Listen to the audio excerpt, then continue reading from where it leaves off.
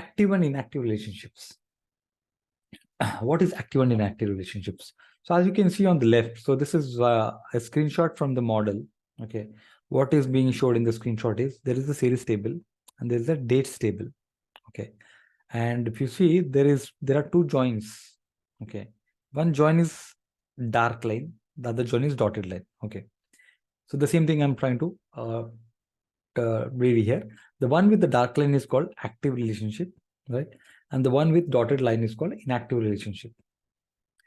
The one join is with order date and the other join is with ship date. If you look at closely, this table is date joining to the order date. Okay, I'll just highlight this. This is the order date and this is the ship date.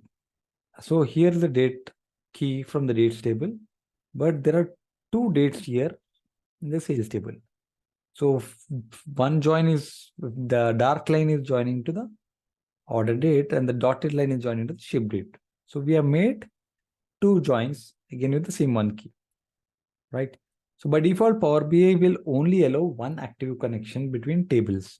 Basically, Power BI will not allow you to have two joins, in the sense two dark lines you cannot see. So the one which is dark line is actually called as an active join. The one with the dotted line is called as an inactive join. Okay, so we will have to demonstrate this to understand more on this. So what we have to do is to demonstrate this, we will be creating a dates table. We'll try to create a model. We'll bring in some new tables which will be further utilized for our DAX sessions. So these tables that we are going to pull in now are going to be reused the same DAX sessions. We'll be building DAX functions on top of this model. Okay, for that reason we'll be pulling those new tables. Let us